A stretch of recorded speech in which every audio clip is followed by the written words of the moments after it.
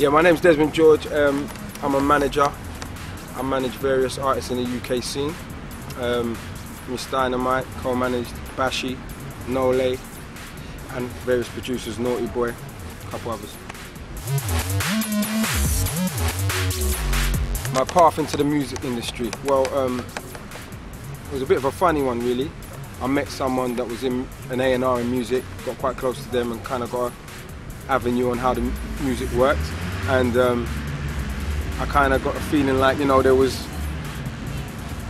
black music with no black people in, for want of a better explanation. And you know, it kind of gave me a passion to want to try and do something. And you know, I was lucky enough to start with Miss Dynamite and Moss, a guy called Moss. Everyone needs to know about Specialist Moss, old school. The barriers to getting into the music industry, there's many barriers. I think a lot of them are ignorance, you know, based around ignorance, should I say. Not in a negative way, just in a way that, you know, people are ignorant to what other people can do or what they can aspire to be. And a lot of it's cultures, a lot of it's the old system against the new. And in my younger days, I used to be really aggressive towards that. They're old cats, they don't know what they're doing. But you know, as I've got a bit older, I've realised that I think the biggest problem is communication. Communication between the corporate companies, as in labels, and kind of the street culture and how they kind of meet together and get it right. That's probably the biggest problem, because that's the area I deal in.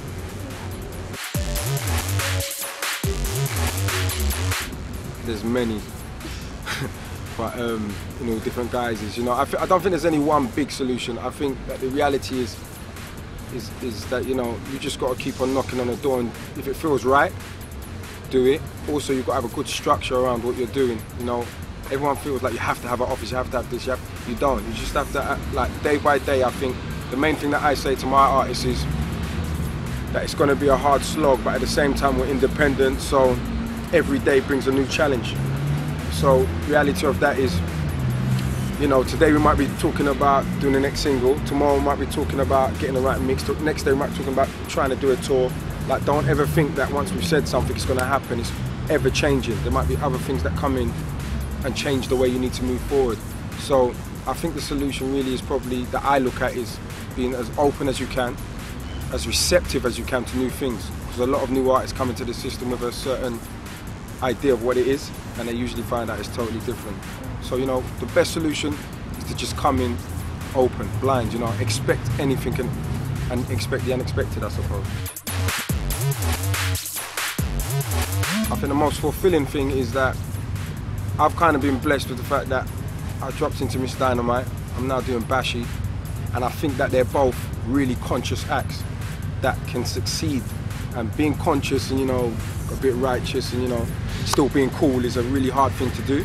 And I think they both do it naturally. Or Dynamite done it naturally, first album, Bashi's doing it naturally. You know, Black Boys is a real touchy subject for some people, but he kind of said everything we're all feeling, and you dance to it, you love it.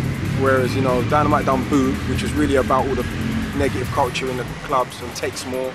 And it's only recently I sat down and I thought about it, and I thought, you know, I'm really blessed to be able to work with those type of artists, because I don't really think there's any others like them, you know, here. And yeah, the most fulfilling for me is that, because I think we're making a real big impression, and also going into the schools, man. We done a school last week with Bashi, and it was a primary school, and we thought we'd just come to do a little gig and leave. And you had like 50 kids from, I think, about 6 or 7, say, about 7 to 11. And they had this big graph on the wall and all Bashi's lyrics and what it meant to them. And you get a lump in your throat, man. They just sit there and talk to you, and you're just like, oh, it's Bashi. You know, it's mad. And to see that we're actually influencing kids like that, I think is real special. Wow, my day-to-day schedule. It is at the moment, it's nuts. My last week we're moving into a new office, which is here. We're sorting out Bashi's next single. We're sorting out his video. We're taking bookings. We're sorting out Nole's next video. We're sorting out her album that she's going to be doing with Zinc, a dubstep album. We're trying to get Bashi's songs finished musically and mix them down. We've got a couple remixes via Naughty Boy producer that we're trying to mix. Now this is all throughout the day. We're doing a co-headline tour with Sway, so we're trying to sort that out. Last night I was sorting out something from Miss Dynamite's album. Today I've got to go to a Neo playback. You know, it's mad, it's just really cool because you're always doing totally different things. But I start at what, probably 8 to 9, I get up at 8, start about 9. And every day brings new challenges, and I always end up sleeping at the end of the night thinking, damn, I forgot to do that. And I still ain't got a good PA, so it's real hectic right now. You know, you've got to love music. You know, I think hindsight's a great teacher, and I found out that I really love music. I've got a passion for it, you know, and it's the passion that drives, and then that drives, you know, the thinking, and the thinking starts to say, all right, get organised, but it starts with a passion. And I think a lot of people are in music for the wrong reasons. I think they're all passionate about it, but I think they get a bit confused as to what they actually want to achieve. And you got to be honest, man. Be honest with yourself. Not honest with yourself like in conversation with other people. Honest with yourself when you look in the mirror. Because, you know, I think, you know, music is a long journey, and it starts well before you're old enough to want to work in it. You know, and the reality of it is you know, you never give up.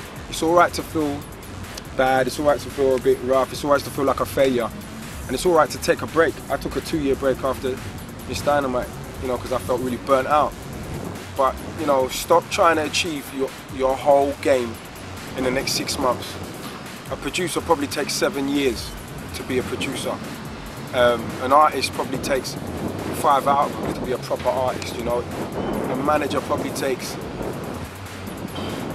2 or 3 acts, successful acts, to be a proper manager.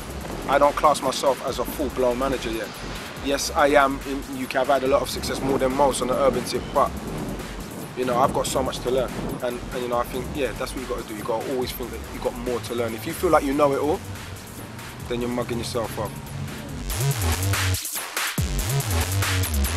I see it going totally digital.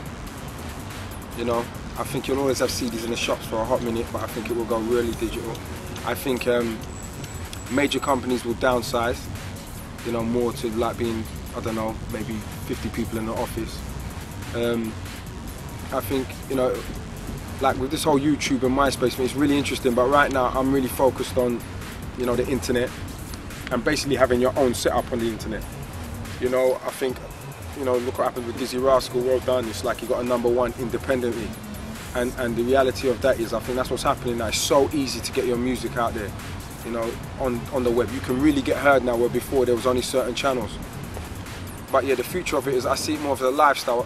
I was watching an interview this morning with Jimmy Iovine from Interscope, and they were touching on that they might do their own kind of MySpace. And what I kind of think's happening right now is, it's all about, you know, service from what I can get. You know, and I'm just guessing, but from what I'm seeing at the moment, it's all about service on the digital media. And it's like, you know, you'll have a site and it will suggest what music, if you like this, you should listen to this. Or you can take it from your computer and you can put it into the car, or you can put it into the telly. I see it getting like that, or you can have it on your watch or on your phone, or, you know.